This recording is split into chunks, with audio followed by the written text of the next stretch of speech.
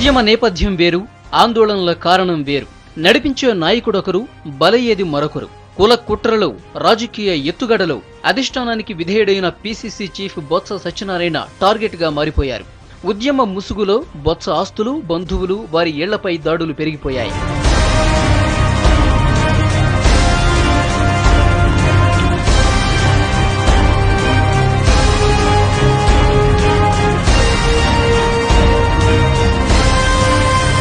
అసలు బొత్సపై దాడులు జరగటానికి కారణమేంటి? ఎవరు చేశారు?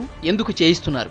దీనికి ఒకటే కారణం, అధికార దాహం, అగ్రకుల ఆధిపత్యం. అదే బొత్స ఆవేదన. ఒక బలహీన వర్గం నుంచి వచ్చిన వ్యక్తిగా, ఒక సామాజిక వర్గం నుంచి వచ్చిన వ్యక్తిగా మీ అందరినీ కోరుతున్నాను, ఏ ఒక్కరికి ఇది స్వాస్థ్యం కాదు.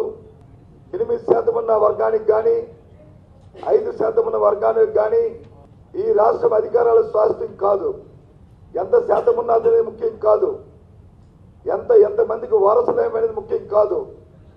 మనం అధికారంలో ఉన్నప్పుడు, మన చేతిలో అధికారం, మన చేతిలో ప్రజలు బాధ్యత పెట్టినప్పుడు మనం ఏం చేశామనేది ముఖ్యం. తన ఆస్తులపై దాడులు జరిగినా పర్వాలేదు, అవి ధ్వంసమైనా పోయేదేం లేదు. కానీ ఒక్క విజయనగర వాసికి కూడా హాని కలిగించవద్దని బొత్స పదే ఆవేదన వ్యక్తం చేశారు. అగ్రవర్ణాల ఆధిపత్యం శాశ్వతం కాదన్న పీసీసీ చీఫ్ సదా అధిష్టానానికి విధేయుడుగా ఉంటానన్నారు. శాంతియుత ఉద్యమం చేస్తామన్న ఏపీ ఎన్జీఓలు దాడులు ఎందుకు చేస్తున్నారో, ఎవరు చేయిస్తున్నారో చెప్పాలని డిమాండ్ చేశారు. ఉద్యోగ సోదరులందరినీ కూడా మీరు పిలుపువ్వాలని కోరుతున్నాను, ఆలోచన చేయమని కోరుతున్నాను. సంఘ విద్రోహ శక్తులు రాజకీయ దృక్పథాలతో, రాజకీయ సొంత ఆలోచనలతో ఉంటున్న వ్యక్తులు ఇందులో చొట్టబడుతున్నారు. బహుజాతిగా ఉండవలసిన అవసరాలు ఉన్నాయి. ఇక్కడ వ్యక్తిగత అవసరాలకి, వ్యక్తిగత సమస్యలకి, వ్యక్తిగత ఆలోచనలకి తావులేదు. ప్రెస్ మీట్ లో ఉద్వేగంగా మాట్లాడిన పీసీసీ చీఫ్ బొత్స పరోక్షంగా సీఎం కిరణ్, టీడీపీ బాబు, వైసీపీ జగన్లపై మండిపడ్డారు. కిరణ్ కుమార్ రెడ్డి సీఎం హోదాలో ఉండి ఉద్యమాన్ని రాజిస్తున్నారన్న వాస్తవం అందరికీ తెలుసు.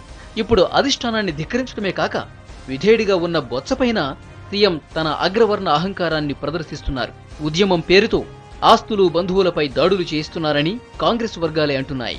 నేను కొన్ని మాటలు చెప్తూ డబ్బు మదంతో, అధికార దాహంతో ఇవాళ మాట్లాడుతున్న మాటల్ని ఆలోచించేమని కోరుతున్నాను పెద్దలందరినీ కూడా, రాష్ట్ర ప్రధాని. సీఎం క్యాంపాఫీస్ కేంద్రంగా కుట్ర జరుగుతున్న విషయం ప్రతి ఒక్కరికి తెలుసు.